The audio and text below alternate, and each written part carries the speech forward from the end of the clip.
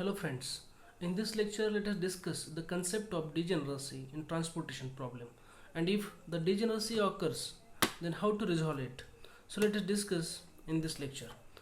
Now we know that before application of Modi method we need to check this condition where m is the number of rows, n is the number of columns, m plus n minus 1 must be equal to 0 to have no degeneracy in the solution. But if this condition is there, m plus n minus 1 not equal to number of allocations, then there is the degeneracy in the solution.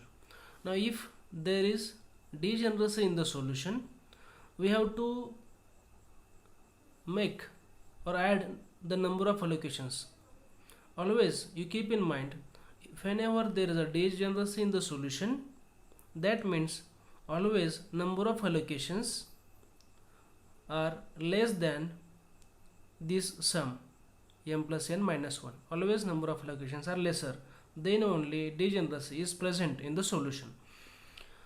So if there is a degeneracy in the solution, we cannot apply Modi method for checking the optimality, right?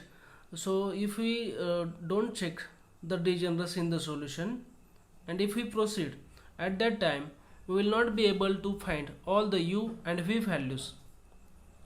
So therefore we have to balance this equation by adding some allocations to resolve the degeneracy. So how many allocations we will add?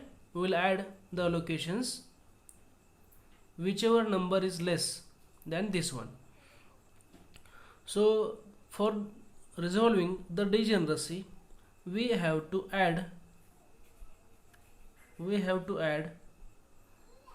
the allocation, this quantity epsilon quantity at first condition at the smallest cost element. First condition is at the smallest cost element,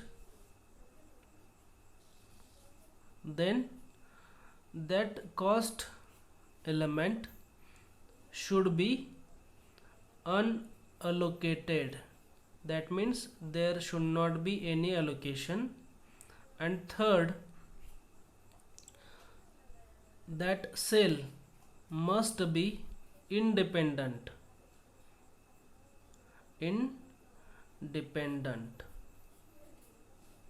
So independent means at that cell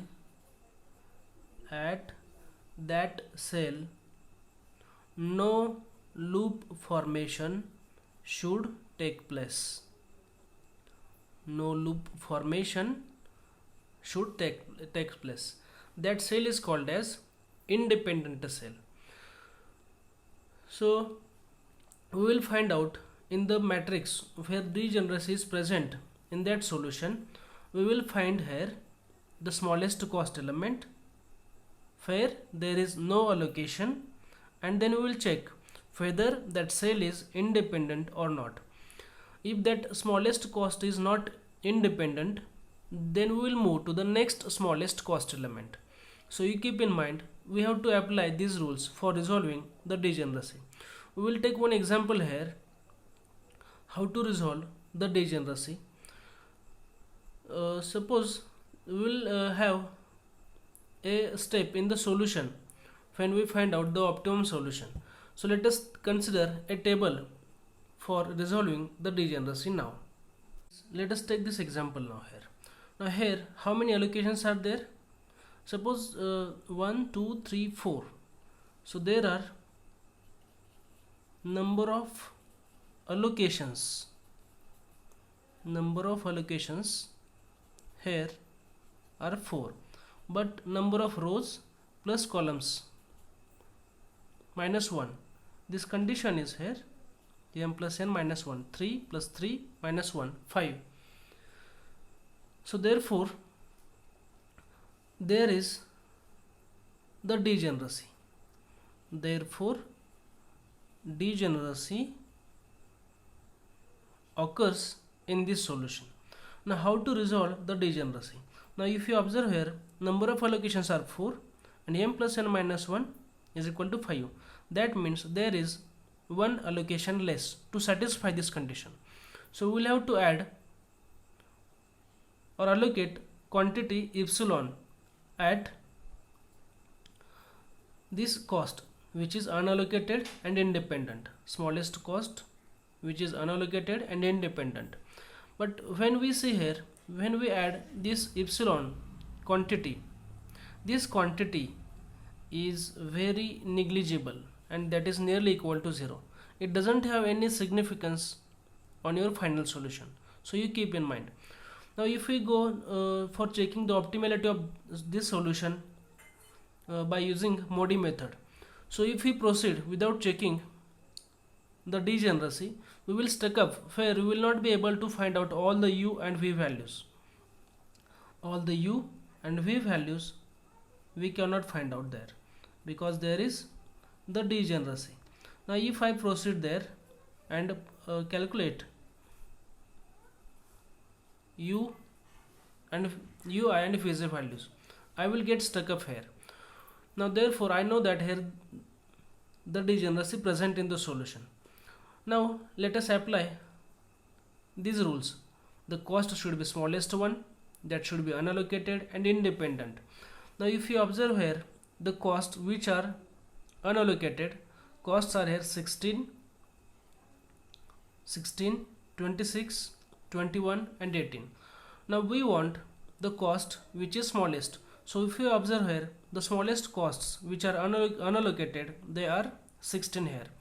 Now suppose if you take this cost for adding the small quantity epsilon here, but if you observe here, if you start from this cell and if you construct a loop, if you proceed from this cell, you will come here, here, here and here.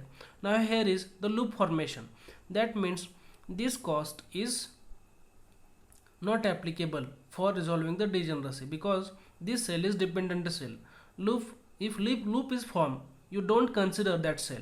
So we will skip this cell which is having smallest cost. Now other cost is available which is again 16. Now let us check here whether there is a loop formation possible. So if we construct a loop here, loop is not possible at this cell. If you go up here, come to the left, there is no possibility of coming downward. Similarly, at any way there is no loop formation. So therefore this cell is independent. This cell is smallest, there is no allocation and this is independent. Therefore we can add small allocation quantity as epsilon. So if we look here, now number of allocations are 5, 1, 2, 3, 4 and 5. So therefore the degeneracy is resolved now. Now we can apply the Modi method. Now let us take, as per our rules for calculating ui and vz values, we will use this condition ui plus vj at allocations. At allocations we will use this condition cost equal to ui plus vj. So let us assume first any value ui or vj value 0. So u1 equal to 0. Now consider allocated costs and calculate this value. u1 plus v3 should be 15. If u1 is 0, now v3 should be 15. Similarly, now we have their allocation. Now cost is 16. So addition of u3 and v3 should be 15.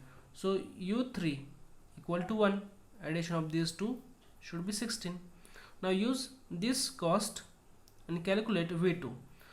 u3 plus v2 should be 15, out of which u3 is 1. So v2 should be 14 now. Similarly, use this allocation, this cost. So addition of v2 and u2 should be 22. So therefore u2 value comes 8 and at last use this cost and calculate remaining value V1. So V1 should be 8 because 8 plus 8 16, right? So we get here all the U and V values. If there would not be this allocation, we will have stuck up for finding out all the values. Now we can check the optimality by calculating empty cell valuations where allocations are not present. Now our rule for calculating empty cell evaluations, as we studied in previous video lectures, is ECE equal to the unallocated cost minus UI plus Vj values. So we'll use this relationship for calculating empty cell evaluations for checking the optimality. Now here let us calculate empty cell evaluations. So here addition of these two will be 0 plus 8 8, so 18 minus 8, this is 10. Now here 0 plus 14 14, 21 minus 14 7. Here 8 plus 15 23, 26 minus 23 3. Here 8 1 plus 8 9, 16 minus 9 7. Now if you consider here empty cell evaluations, all empty cell evaluations are positive values. All ECE's empty cell evaluations are positive values. Therefore solution is optimal. So we can calculate the cost again. So for this concept, let us find out the transportation cost. So therefore transportation cost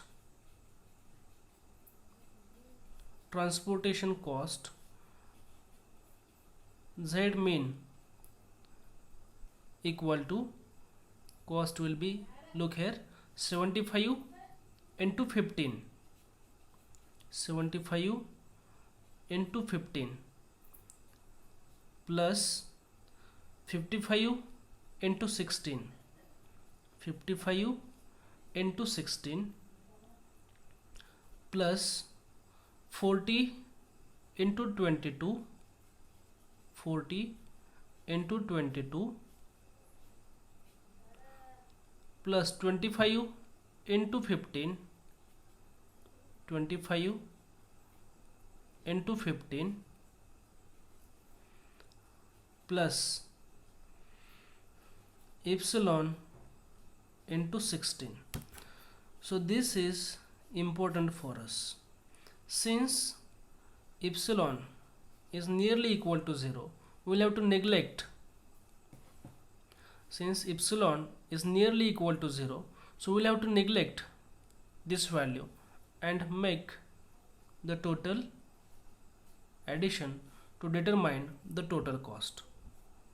Rupees 3260.